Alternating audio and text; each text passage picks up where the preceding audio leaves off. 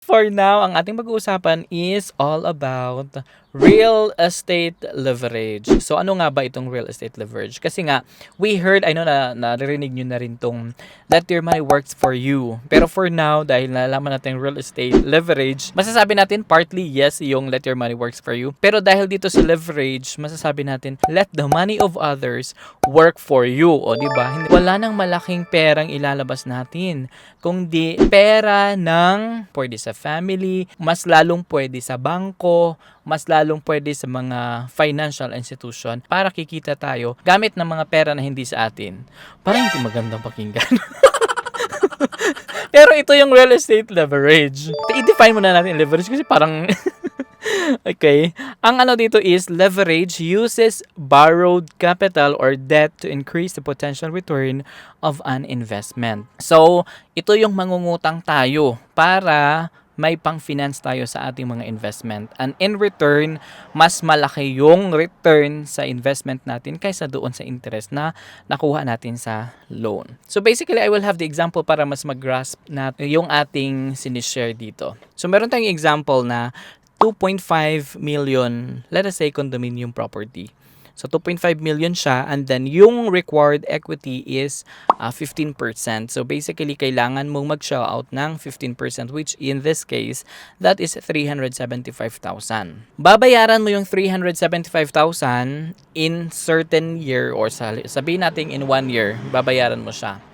Pagkatapos niyan, ma-turn over yung property sa'yo, basically, nakukuha mo yung benefit ng 2.5 million na property after paying the 15%.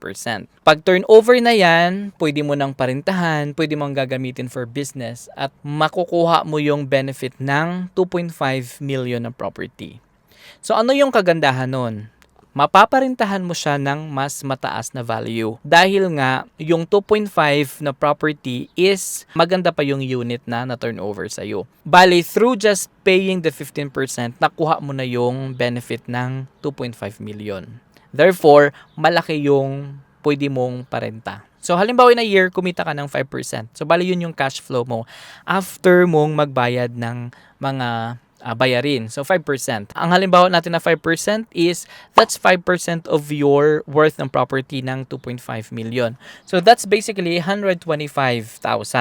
So, basically, kumita ka ng 125,000 doon sa capital mo na 375,000. Dahil nga, nakuha mo yung benefit ng 2.5 million na advantage. Pero dahil ayaw mong mangutang or ayaw mong i-leverage yung real estate property mo, meron kang 375,000 pesos. Gusto mong bumili ng property na worth of that amount, 375.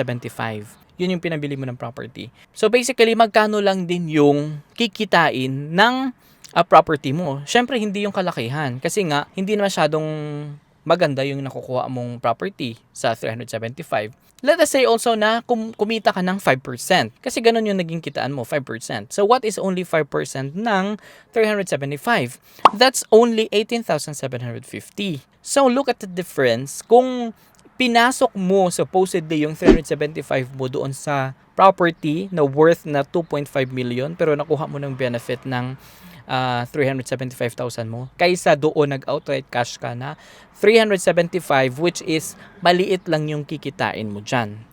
The difference for that is 106,250. So yun yung tinatawag natin, that's the potential net worth increase provided through the use of leverage. Yun ang kagandahan kung gagamitin natin yung magandang diskarte doon sa ating mga capital.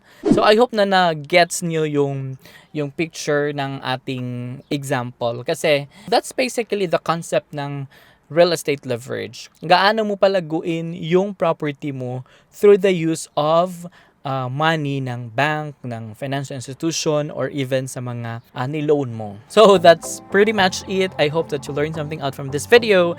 If you do, please to consider subscribing my channel. Tap that notification bell para ma-update ka every time na meron tayong bagong upload. So by the way guys, ito yung aking environment ngayon. Oh, ito yung ating front. Oh, diba? Yan oh. Yan sa Carni Norms. Thank you guys. Bye.